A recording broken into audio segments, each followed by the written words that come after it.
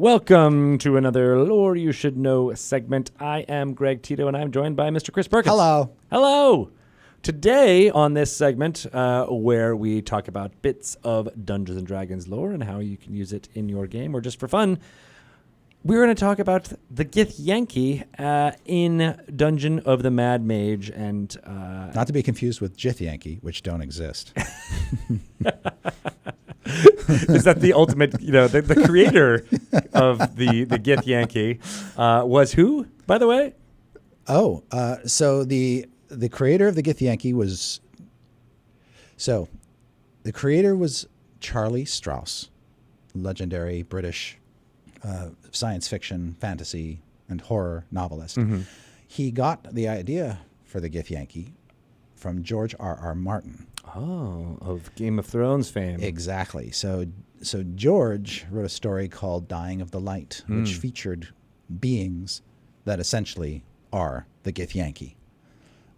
Charlie gave him a new name and sort of repurposed them for his home campaign. Mm-hmm. And out of that, the Githyanki were born.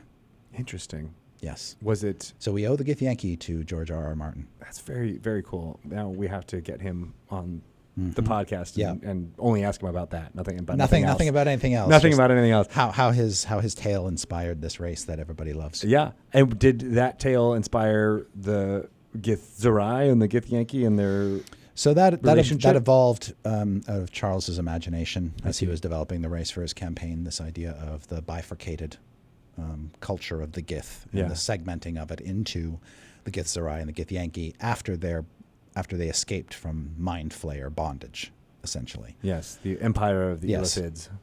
Exactly. So they broke free of the empire of the Illithids. They then began a merry campaign of slaughtering the Illithids across the cosmos until they succumbed to their own internal conflict, and suddenly the Githyanki and the Githzerai parted company, going their separate ways. The Githyanki to the astral plane, and the Githzerai to limbo. Limbo. We're at limbo. And among the things that separate them now is basically their outlook on life and their alignments. So Githyanki are customarily lawful evil, and Githzerai customarily chaotic neutral. And it was, and correct me if I'm wrong, but the idea was about that, but then also like how to deal with their former slavers. Chaotic neutral. I think I meant lawful neutral. But go ahead. Lawful neutral, not because the slaughtering of the Mind Flayers, as you were saying, that was one of the reasons why the schism was created, right? They didn't. Yeah. Essentially, the Githyanki ended up kind of becoming, to some extent, what the Mind Flayers wanted them to become, which were these evil, murderous kind of soldiers. And the Githzerai were more enlightened. Didn't want to just punish their exactly. There's more to life than death and destruction. Right. It makes sense. The Mind Flayers took sanctuary on the astral plane, and they like living there because they don't age. So they can basically live perpetually. Now, there are drawbacks to living there, as we've discussed in a previous podcast. They can't have children, and those children can't grow up on the astral plane. So what the Githyanki do is they build what they call creches in the material plane, and within these creches they raise and train their young until they're of adult age and can be taken back to the astral plane to join the greater body of Githyanki there. Now, Dungeon of the Mad Mage is the first adventure, first published adventure that introduces a Githyanki creche. There's one in Undermountain. There's one in Undermountain. And that's what you come into contact with if you go deep enough down. Now, Githyanki don't like strangers stumbling upon one of their creches, and they take umbrage at any intrusion. And so you have to tread lightly or be obliterated. Yes. And the other thing about Githyanki to watch out for is that they have a long-standing treaty and alliance with one of Tiamat's vassals, Upbringing, the Red Dragon. And because of that long-standing treaty, have basically Red Dragon allies backing them up. And you will encounter several of these big dragons with their Githyanki companions in Dungeon of the Mad Mage, if you are so misfortunate. Oh, okay. Are they protecting the creche? That's kind of what the that's kind of the deal. Yeah. Yeah. Now the Creche, the Undermountain Creche is a very unusual location. I don't want to spoil too much, but suffice to say, it's got some very exotic surprises, and at one point you're sort of transported from the dungeon to another location that has been part of Undermountain since the earliest days.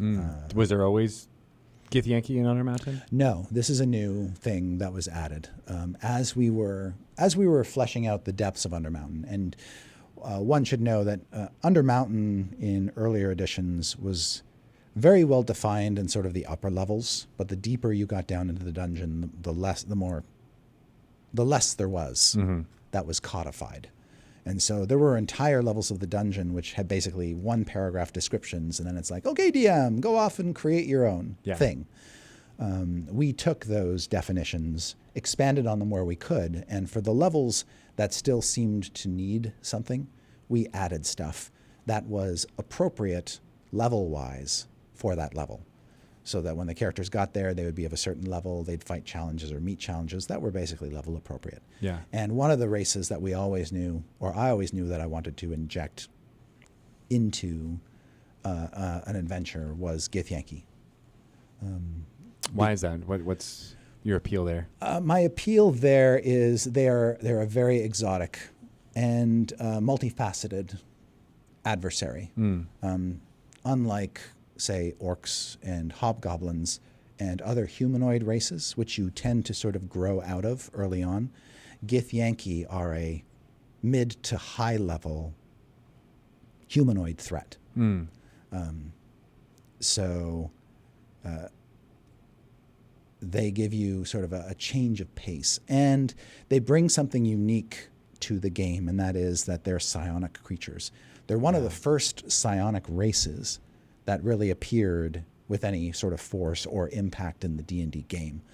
So right there, you've got something quite unlike any other humanoid threat that you typically encounter in a D&D game. Yeah. In addition to their fighting prowess, they're using powers to basically teleport around the battlefield and mislead you and do other sort of mind games. Right. They've also got cool silver swords, which have a sort of a long-standing history of the game. A Githyanki Knight's silver sword can cut your what's called your connection to the astral plane. To the astral plane. Right. So if you're traveling through the astral plane, you've got this sort of coil behind you, linking you by the astral projection spell. They can sever that with a swing of the sword. And if that gets cut, you're suddenly adrift. And it's your umbilical cord to your reality. To your body, exactly. And that was created mostly as a way to have there be danger in the astral plane, I guess. Yeah, exactly. You needed to have some monster who was able to do it. But how did those silver swords impact play in our plane, in the material plane? Not terribly. They don't? No. I mean, they're just cool looking. Okay. Yeah, but their primary purpose is what we just described, and most effective on the astral plane. So how does a dungeon master use? Because as you said, they're psionic. They're supposed to be clever adversaries. What advice could you give to a dungeon master to run them effectively like that? I think that their lawful evil nature means that they're kind of hobgoblin-like in terms of their thirst for conquest, their thirst for control and domination. Those are kind of their key things. They see themselves as kind of timeless creatures, where time for them, except for their brief stints on the material plane, doesn't really pass. It means that they can... in some ways, it dispels some of their fear. You know, it creates an invincibility complex. Oh, so a clever player can use that to their advantage. Use that to their advantage, or press a fight against a Githyanki, knowing that the Githyanki won't back down until he remembers that, I'm actually immortal and could die. That's dangerous. But I think the key thing with the Githyanki is there's just kind of something. They're not human. They're not traditional material plane. So you can kind of play with the alienness of their mindset, that they may they may not regard you as anything more than just ants, to be stomped out, or rats. I think they're typically played with kind of like a cold detachment, or a level of mental sophistication and intelligence that brute monsters you don't have to worry about. So it sounds like an evil Spock. Yeah, in a lot of ways. That's a good way to put it. I think that on some level they are kind of like evil Spocks. Yeah, that kind of detached, a detached emotional right. Demeanor. And I mean, they've suffered, right? So their cruelty is born out of the cruelty that was inflicted upon them. Oh, yeah. And their way of dealing with others is to basically pass that cruelty down. Mm. And so I think that they're sort of violent and bred for violence. There's a competition that exists in Githyanki society that doesn't exist in their Githzerai counterparts, and that stems from their leadership. So as we've talked about before, Githyank, the figure whom the Githyanki revere the most is their Lich Queen, who resides on a city built on the back of a dead god in the astral plane. The city's called Tunarath, and the queen is named Vlakith. She's the 157th in her line, and she's ageless now that she's a lich, and she's also a super powerful wizard. And when a Githyanki becomes very, very powerful in her society, she will put that Githyanki through a personal test. And that's a bit of a lie, because she views any Githyanki of that power to be a threat to her supremacy, and the test is designed to eradicate them. And but if you're far enough down the Githyanki chain, you aspire toward that test. And so there's this fervent interest in proving yourself to your queen, in the sort of belief that you will either rise to a great position of prominence or possibly stand by her side as one of her cherished generals to fight great battles across the cosmos in her name. But in all reality, she's looking at you and going, sweetie pie, I'm sorry. This was a lose-lose situation, no matter what you did. Yeah. So that's the culture of leadership. Yeah. In Githyanki society. Now, is there any, because this creche that people, or any creche that people might, discover, is around tending to the young, and you got to have at least some empathy if you're stationed here, or perhaps not, but there might be some individuals in the There really isn't, because what happens is after a Githyanki gives birth to a baby. Is it a live birth, or is it? It's a live birth. It's an egg. Yes, right. It's an egg. Githyanki have eggs. Important distinction. When the egg hatches, the child does not stay with the parents. The child is immediately put into indoctrination. Okay. And so there is no maternal or paternal bond that a Githyanki ever enjoys in its lifetime. What if a group of adventurers steal a baby Githyanki and raise it as or their own? witness an egg opening with no other Githyanki around? In that case, the Githyanki, like any tiny helpless creature, is likely to bond to whatever it sees first or touches first or whatever. And this may explain why, in extraordinary circumstances, you may have a Githyanki who's raised outside of Githyanki culture with the potential to become, say, a hero, right, or an adventurer, as opposed to a tyrant. And that's where you get Githyanki characters. I see. Essentially, Githyanki who have either they've caught on to how bad Githyanki society really is and just can't abide it, very much like Drist in his relationship with the Drow. Or they're taken from Githyanki society so early that they don't even know what it's all about, and are completely just raised with different beliefs and a different culture to be someone that they were destined not to be. Because you can imagine there's, if there's no indoctrination, right, then exactly the individual is free to evil, choose on evil its own. is learned. It's not, innate in Githyanki belief, just like humans. Yeah. And so you take a Githyanki out of its environment young enough, it will never grow up to be the monster that its people would like it to want. That could be a pretty interesting, subplot for exactly a party going through Dungeons and Mad Mage if you want to explore that. There are Githyanki in the universe who would like, since they are so multifaceted, it's not surprising that there are many who actually would like to see the reunion of the Gith people. Oh. Githyanki and Githzerai bonded together as one again. So they're a little bit more enlightened than their other Githyanki fellows. And some of them have gone so far as to join a sect that the Lich Queen seeks to eradicate and destroy utterly, and so do her generals. A sect of Githyanki and Githzerai working together to reunify their people. And if you've ever seen the old Star Trek The Next Generation episode where Spock goes to Romulus, this is very much the same thing. Yes. It's an attempted reunification of a bifurcated people. And this group is called the Sha'sal Khou, and their members are everywhere, including Undermountain. Dun, dun, dun. So you can run into some members of the Sha'sal Khou and maybe help them. And in exchange, they'll maybe help you get through some of the challenges of the dungeon that they've discovered. Interesting. Yeah. I like that. And, of course, what the Sha'sal Khou and what the Githyanki and the Githzerai all share is a hatred of the Mind Flayers. There's no trust there, and there's no love. And Undermountain is also home to a Mind Flayer population. Not surprisingly, they're everywhere. Well, and especially underground. So one of the great joys in writing Dungeon of the Mad Mage was introducing some internal conflicts within the dungeon that the characters could intrude upon and affect, either by waging battle against one side or the other, or actually, mucking it up in other ways.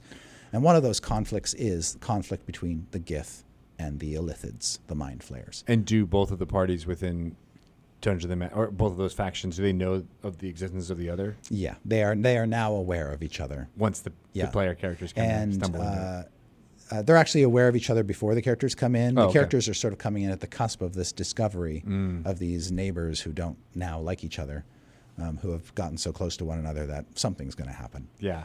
And if the characters might do the Mind Flayers an unwitting favor by wiping out the Gith, or vice versa. They might wipe out the Mind Flayers, do the Gith a favor, and kind of solve that crisis before it balloons into something big. Now, how does the leadership of Halaster Blackcloak in this area? He's obviously aware that both of these factions are here. Halaster is pretty much aware of everything that happens within his domain of Undermountain. So why does he put up with it? Yeah. Why does a mad person do anything? That's not always going to be an easy answer for the Dungeon of the Mad Mage. But so Undermountain has a long history of vying factions and things going on in Undermountain. Not necessarily all things that Halaster would approve of, but part of Halaster's charm or dementedness is that he brings creatures into Undermountain, or allows creatures to infiltrate Undermountain without any sort of prescience to how that is going to play out.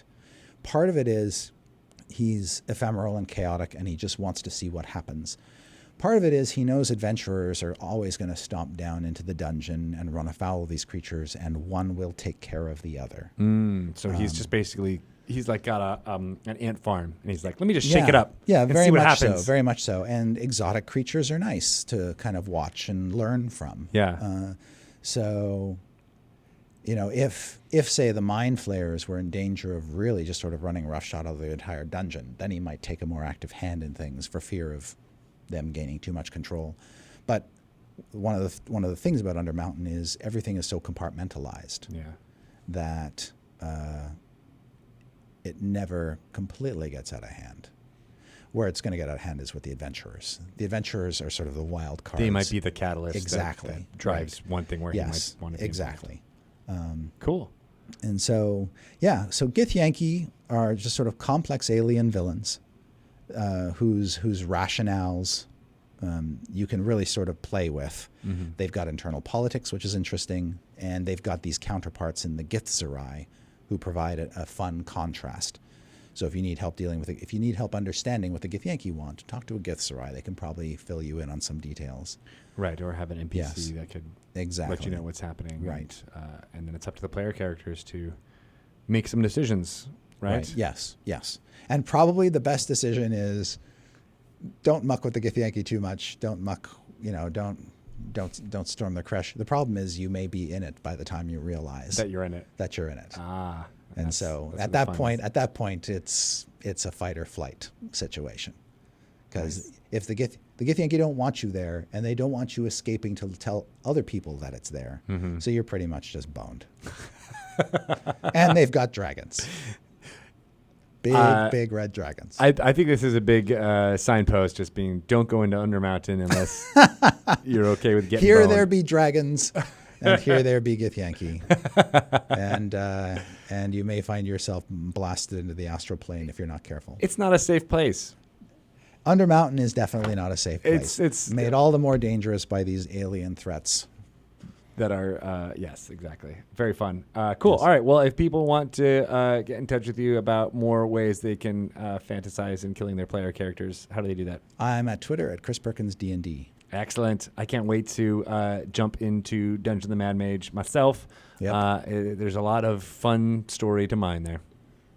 Excellent. Thank you guys so much. We'll be back with some more lore next week. Bye-bye. Sweet. All right. Well, I think that's it for our lore recording session. All right, then. I don't think we need to do any more of these this year. Is that sad, Chris Perkins? We've been doing a lot. Since this year is, only 3 weeks long? So, yeah, it is kind of sad. But, hey, there's always 2019. There's always more stuff to jump into, for Pigs. sure. Are we one short? I think we're one short. Do we have to really? We can talk about Irish deer and how they got into the monster manual. How did the Irish deer get in the monster manual? You might be right. You might be right, because we used the last one for this, and so the two. Well, we'll have to figure it out. We might have to do a special session. You're here for the rest of the year, right? Kinda. We'll find. Working at home on Launchpad whenever I can. Oh, that's probably a good idea too. We will figure out a way to get more lore to you guys whenever we can, or maybe even just replay some fun stuff. But I have enjoyed talking to you and Ari and Mr. Matt Cernett over the course of 2018, and I'm looking forward to more fun stuff in 2019. It will be fun. It will be fun indeed. Maybe we can also touch on some of our lesser-known worlds. Yes. In 2019. Exactly. Gosh, I wanted to come up with the most obscure one, but I couldn't think of what was the most obscure one. Obscure? Yeah, like Mystara, I guess. I guess to a lot of people, Mystara is pretty obscure. Yeah. Because we haven't really touched on it formally in a long time. And it sort of incorporates a lot of other settings like Hollow World and Red Steel and things like that. Yeah, those are ones I don't know exactly anything about. What is Hollow World? Hollow World is exactly what you think of it. It is the world inside the world. Oh. It is the world at the center of the world. Oh, so like the Journey to the Center of the Earth kind of idea? Yeah, it's like you imagine a world that's hollow and you're on the inside. Ah, Yeah. all right. Yeah. But is it Earth or is it one of the ones that was established back in the day? Yeah, it's sort of an established old world. Okay. I like all those things. People always want to find out more about psionics. Psionics would be fun. Yeah. And Random Ricker says Blackmore is pretty obscure. Yeah. So for a lot of people, Blackmore is obscure. That's Dave Arneson's old campaign setting. Yeah, and I love that which sort of involved a lot of futuristic elements. Is that because that's you've been talking about the Mind Flayers and the Githyanki and stuff. That was where a lot of sci-fi elements came. Yeah, a lot of sci-fi elements bled into things through the sort of Lovecraftian and the earliest books. Yeah. I had a dungeon master once who very, very much only introduced Mind Flayers as alien that had like an alien spaceship had crashed centuries ago. Yeah. And we were discovering this crash. And even so far as just saying like, oh, you have a curved wand that shoots fireballs. Right, yes. Yeah. And when you pull this lever that's on it. It all goes back to Expedition to the Barrier Peaks. Yeah. Which was Gary Gygax's proof of concept that D&D was as flexible as you could possibly imagine. Right. All right. Well, you heard it here first. We're going back to Spelljammer. All right. We're going to talk about spaceships. One of my favorite things to talk about. Little known fact, I ran a 5-year Spelljammer campaign before I joined Wizards of the Coast. Really? Yeah. 5 years. That's a long time. 5 years. Yeah. Yeah. Same characters, same kind of plot. Yeah, same players, same characters. It was very episodic, kind of like Star Trek: The Next Generation meets D&D. That's cool. Yeah. As you're a fan of sci-fi and Star Trek, that makes total sense. Yep. You want to get back into doing that? I'm always happy to inject a little Star Frontiers, Spelljammer into my life. Star Frontiers too. Right. Well, and I feel like the episodic storytelling you've been doing with Dice Camera Action also feels like, you could really get into the that hour drama of sci-fi funness. Yes, you can cover a lot of diverse stories in that span of time. Yeah. And sort of change things up week to week, which is good. So now we're on the planet of the clowns. Okay, this is going to be a goofy episode. Oh, I thought that was the entire series of Dice Camera Action was the Planet of the Clowns. Oh, yeah. Excellent. The only clown there is the one behind the damn screen. But he's very entertaining, so it works out. All right. Well, thank you guys so much for watching all of the fun of creating these Dragon Talk podcasts live in front of the cameras for you. We enjoy doing it as I feel like I don't know why I need to do some like end of year type stuff here, but it feels very important to say goodbye, even though we might have to do a special session and record an extra episode. Who knows? I could do a special lore you should know episode just on Dice Camera Action. That's a great idea, actually, because there is a wealth of lore there, and there is a wiki that we've been adding to, and I'm sure could even get more information gleaned from your lore about the series so far. Yeah. That's it. I think that's what great. we do. Maybe we might even do that at the beginning of January too, just to get start off right. Yep. All right. Did you end up watching the session that Satine ran? Not yet. I'm hoping that it pops up on YouTube. I can watch it very soon. And take notes on how to torture your players. Yeah, going forward. I had company this past weekend, so I couldn't really get away to watch 6 hours of D&D all told. It was a lot. There was a lot of D&D at PAX Unplugged. Yeah. So I'll have to play catch up on the DCA game. I'll get a bit of a download from the players, but I want to catch up on the DC game. I want to catch up on the C team, and I want to catch up on the A team game that Jeremy DM'd. Yeah. I watched a little bit, which looks fantastic. It looked absolutely fantastic. Yeah, that is People good stuff. seem to love it. Yeah. Me too. I want a lot of catch up to do. Thank you guys so much. We are going to say goodbye now, and we have a whole bunch of streaming going on tomorrow, starting here at 1 p.m. with Mike Merles, Dragon Plus with Brad Carroll and with who? Brad Carroll. I thought okay. I was trying to remember who is going to be his guest, but it's Caleb Cleveland from ABC's and 123s, as well as Stan. Who will be there as well. I'll be doing D&D news, and then we got episode 120 of Dice Camera Action. 121. Right? 121. Yep. 121.